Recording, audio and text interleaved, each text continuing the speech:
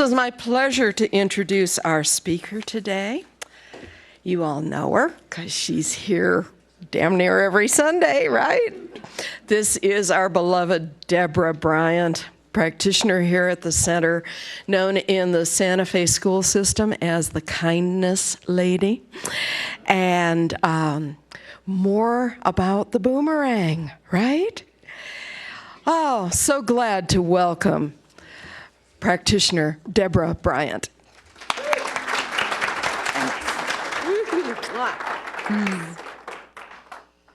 Good morning, and welcome to this blessed 2016 New Beginnings. Firstly, I want to make sure everybody has what they need. Does everybody have a jewel? Yes. Could you raise your hand if you don't have a jewel, and if you guys could? Okay, yeah, there's a few people who don't, because it will become clear why you have a jewel very shortly. So I think at this time of New Beginnings, a time where we have just honored the birth of Jesus, and in our tradition, we think about Jesus as the great example, not the great exception. But we do see it as a time where we can look at what do we want to birth and what do we want to rebirth. So I called my talk, Life is a Boomerang, Part 2, because my last talk, I know 6 weeks ago, was Life's a Boomerang, and I felt like I was just kind of getting going, and then I stopped. So I think life is a boomerang. The game of life is just like the game of the boomerang. What we put out there with our thoughts, our words, our actions, and our deeds, sooner or later, will come back to us with astounding accuracy. Ernest Holmes, the author of our tradition, was very clear in his teachings that he was not sharing new revelations. But what he did say he was doing was sharing a truth in maybe a new and different way that somebody could hear it. And I kind of loved the first lines of your talk. I ain't no prophet, but an ordinary woman. So I stand here as an ordinary woman and invite you maybe to think about truth in maybe a different way. So when we think about life is a boomerang, many traditions have taught us that. From Eastern tradition, we've heard of karma. As you sow, you reap. In pretty much every talk, and if you want to hear Ernest Holmes, go to Ernest Holmes Library, and there is a plethora of Sunday talks by Ernest. But in every talk, he talks about Jesus. It is done unto you as you believe. He called our tradition a philosophy and a denomination. The philosophy is the science of mind. The denomination is religious science. Hence, we are religious scientists. And what I can tell you is Reverend Duchess is a devout, wise, curious, deep, funny religious scientist. And so I really encourage you to come listen to her teachings, because I know God is going to love all of us through the depth of what she has to share. But in our teachings, Ernest Holmes teaches that it's a science. He believed it was proven theory, that there is a power for good in the universe closer than our very breath that we sit in and we can use. He summarized our whole teachings in 12 beliefs. And if you haven't seen them, on the second or third page of every Science of Mind magazine, you can see the 12 beliefs. But one of them is, we believe that the universal spirit, which is God, operates through a universal mind, which is the law of God, and that we are surrounded by this creative mind, which receives the direct impress of our thoughts and acts upon it. That is the boomerang principle. The law of God. We are surrounded by this creative mind, which receives the direct impress of our thoughts and acts upon it. And I think the boomerang is a great visual to think about, what am I putting out into this creative mind?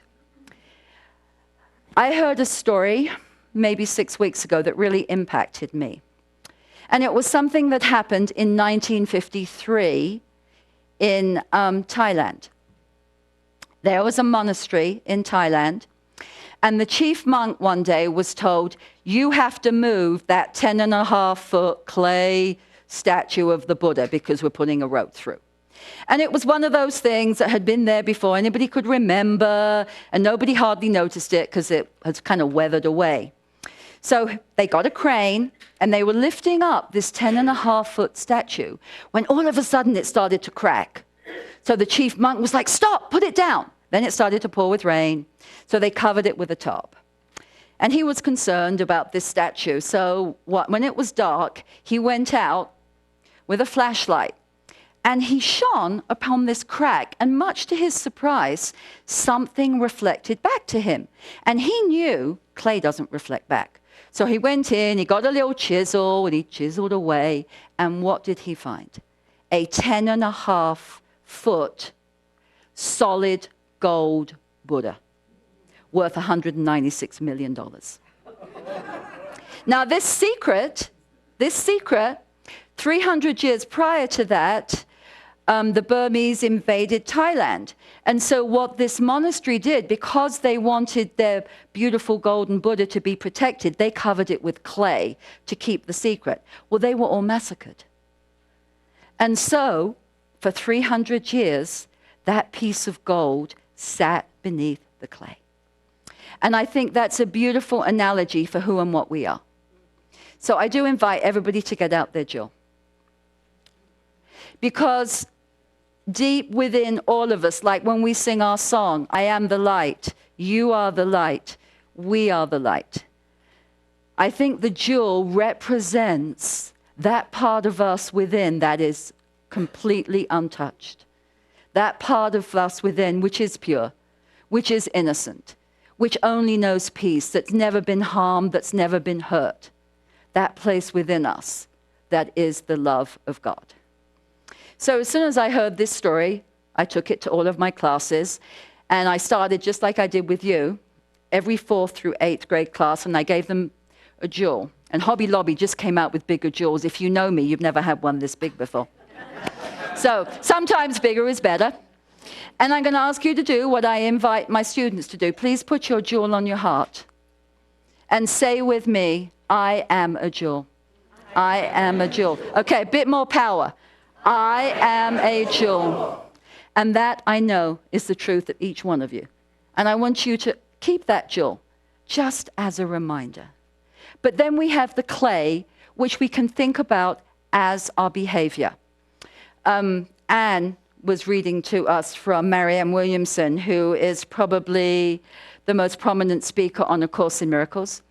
And in the introduction to A Course in Miracles, it says, this course does not aim at teaching the meaning of love, for that is beyond what can be taught. What it aims at is removing the obstacles to the awareness of love's presence. And I think that's a beautiful way to think about the clay, that we are not our behavior.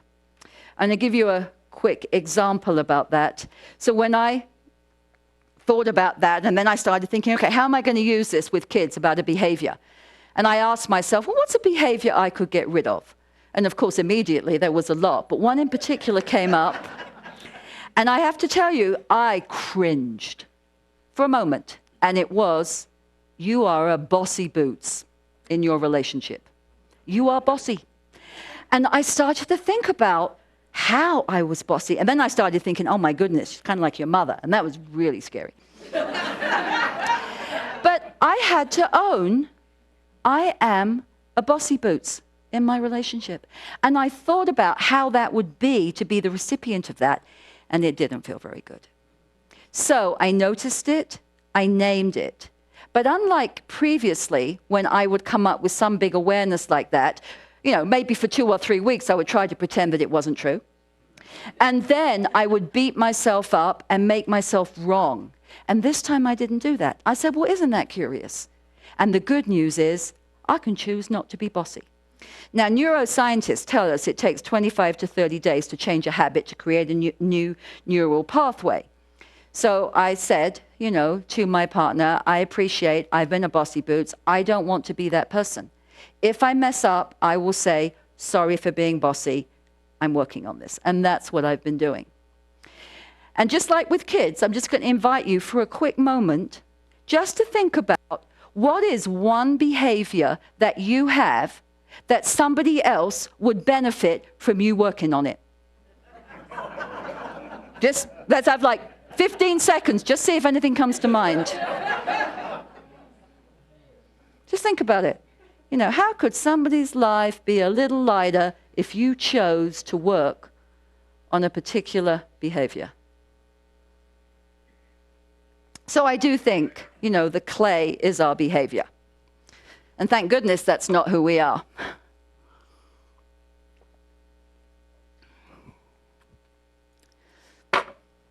Another thing I think when it comes to behavior is our words.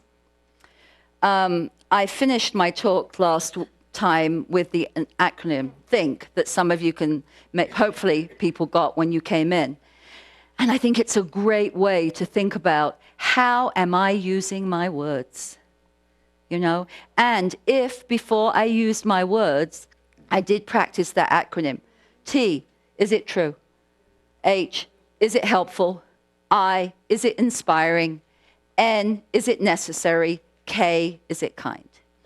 And I'm revisiting this because after I spoke last time, so many people came up to me and said, what was that acronym again?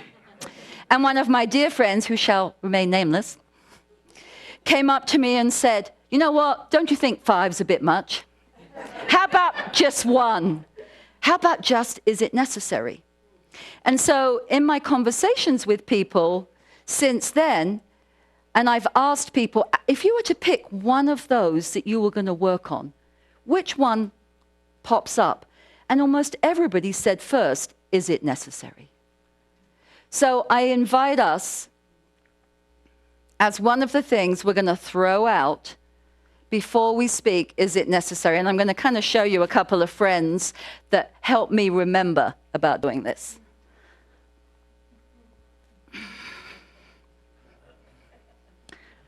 My name is Slow Down Snail, and I like to slow down, stop, and think. My name's Impulsive Puppy, and I do the first thing that pops into my head. And I don't know about you, but when I do something I regret, when I say something I regret, when I'm sitting there wishing I could take words back and I know I can't, it is when I'm acting like Impulsive Puppy. And so I'm inviting us all, I'm just inviting us to see how in our lives can we be more like Slow Down Snail? How can we slow down, stop, and make sure what it is we are going to put out is what we want to have come back at us? Last year, I think it's real easy to say, oh, I don't do New Year's resolutions. Well, I might say that, but I do intentions. And my one for last year was I wanted to learn more about freedom. What does freedom mean? And one of the things that I learned about freedom last year is self-discipline creates freedom. And it really does. Self-discipline creates freedom. And one of the things that I know for myself on my journey is having self-discipline about my spiritual practice. Spiritual practice is what builds our spiritual muscle. Spiritual practice is meditation, is prayer, is affirmations, is listening to other spiritual teachers, it's having a gratitude journal. There's a whole bunch of things, I think, which are spiritual practice. And I believe that wisdom is knowledge realized. At the beginning of my spiritual journey, I don't know about you, but I was always reading, and I was always going to workshops, but I wasn't doing the practice. So when we think about wisdom is knowledge realized, I'm not sure we can actually realize spiritual wisdom unless we practice it. And one of the ways that I know that I am I do well as part of my spiritual practice is listening to other spiritual teachers. I cannot encourage you enough to get on YouTube, listen to Ernest Holmes, or listen to one of my very favorites, Kathy Ann Lewis out of Seattle. Because I often hear so many little nuggets, and there's something inside of me that goes, yeah, that's true. You know what I mean? When you hear a truth that somebody presents in a different way, and something deep inside goes, yes.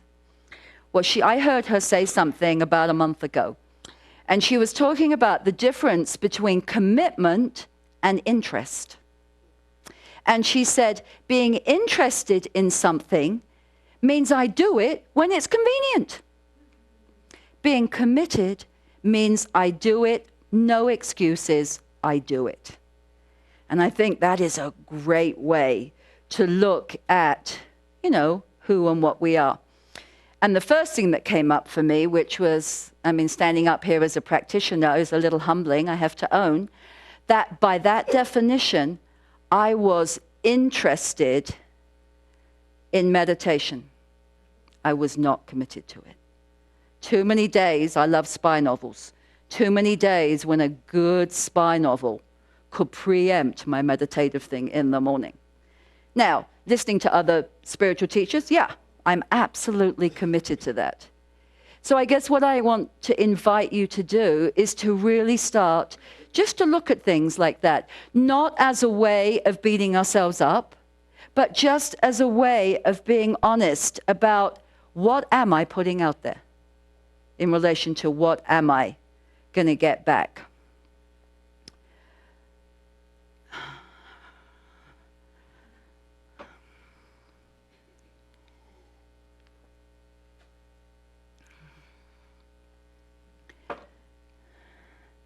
So I think as we think about what have we thought about for this year, you know, so I invite you to think about spiritually, you know, meditation, committed, interested.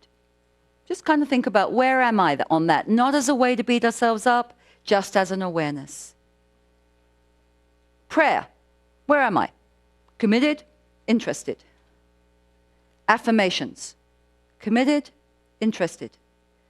Listening to other teachers, committed, interested. Now, I think it's really important that we are honest with ourselves, but the most important thing is not as a way to judge ourselves, to beat ourselves up, because I don't know about you, I've done very well at that, you know, so I can definitely lighten up with that one. A term I love is being spiritually fit. I actually have a business card on it that says spiritual fitness. And so when I think about what is spiritual fitness, I can liken it to the wheels of a car.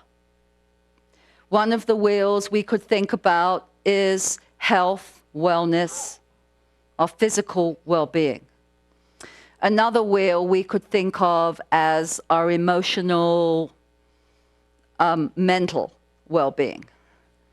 Another one we could think about is our financial well-being. And there's one more. I said physical. Didn't I say physical? I did physical. No, relational. Relational. And so I think that we have these four kind of wheels that help us go along. And what fuels all of it is spirituality, is our spiritual practice. And so I've been kind of contemplating, you know, where am I on the balance of these? Last year, at the very beginning of the year, I thought I was committed to being somebody who was financially responsible and financially free. That's what I put out there.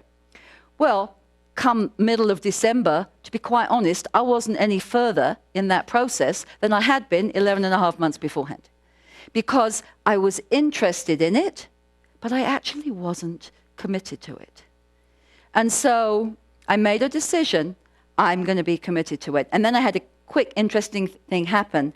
On Tuesday, I went and met with a prayer partner that I have here.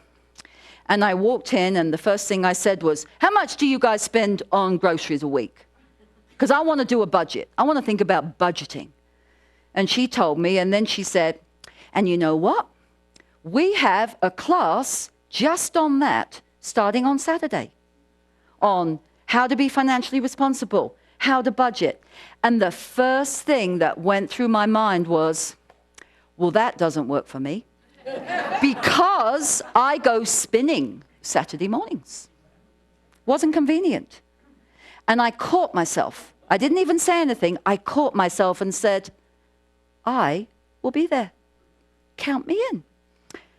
And then she said, and that's kind of a nuts and bolts. It's not really a spiritual approach. It's going to help you understand the nuts and bolts of finances. And then she said, and then on Tuesdays, every other Tuesday, we have a spiritual group that is a spiritual abundance and prosperity group where we really help each other in our spiritual goals.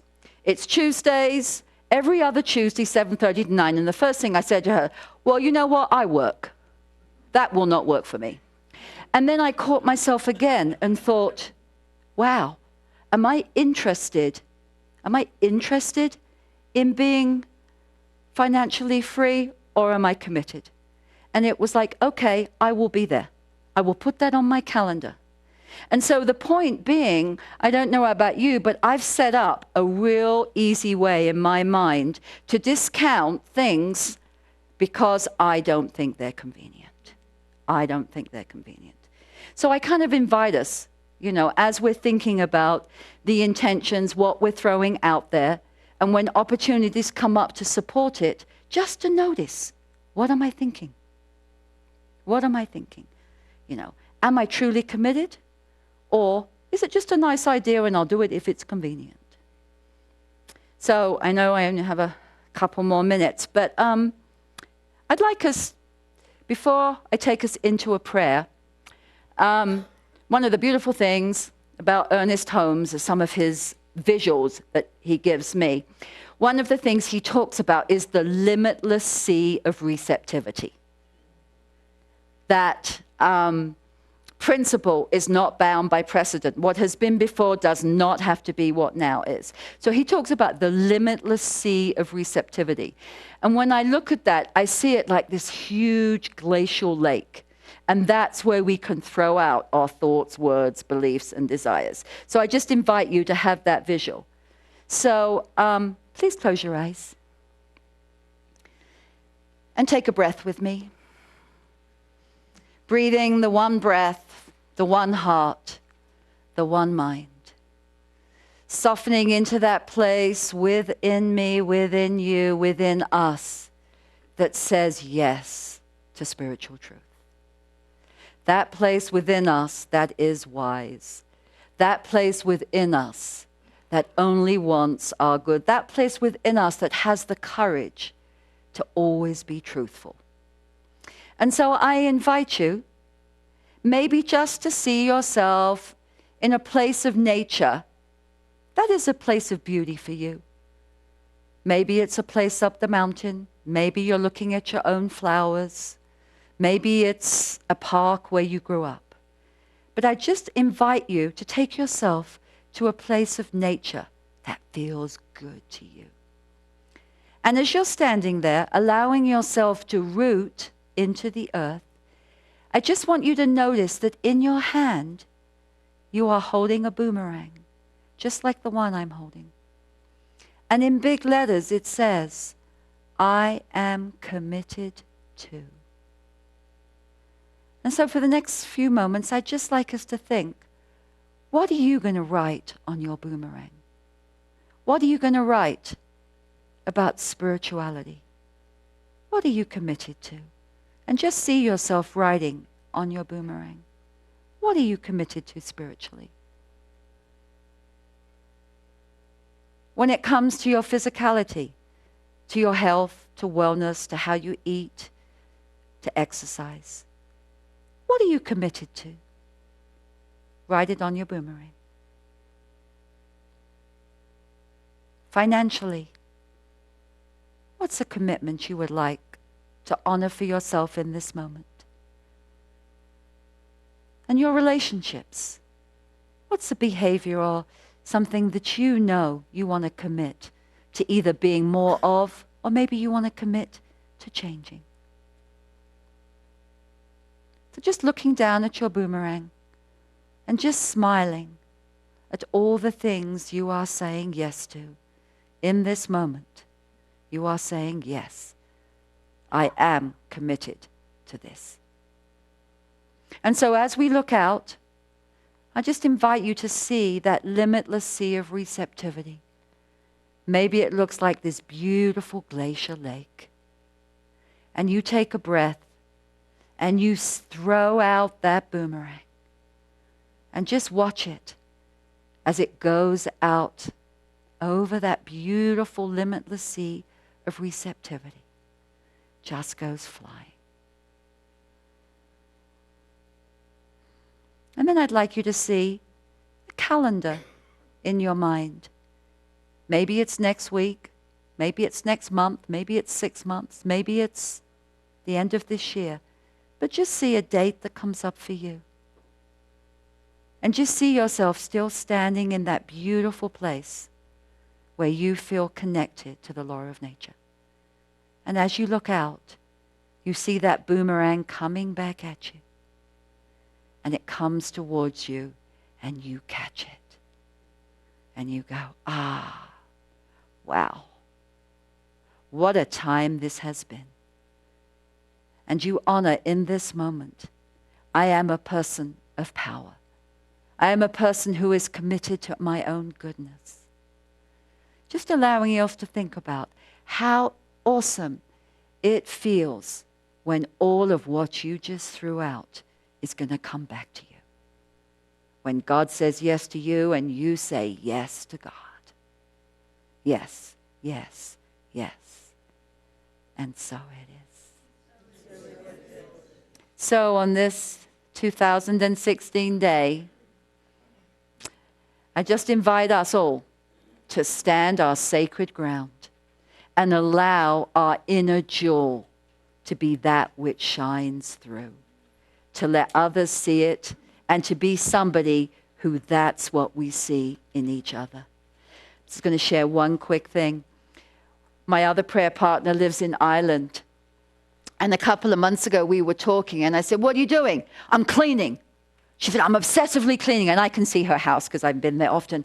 I'm doing this now. And I said, well, why are you doing that? And she said, because my parents are coming. And I said, well, you don't do that before I come. And she said, oh, now that's so crazy. I've just forgotten it. Clint, help me out.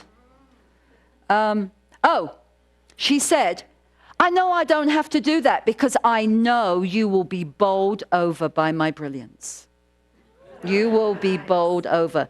So how about if we walk bowled over by our own brilliance and being willing to be bowled over by each other's brilliance? So it is.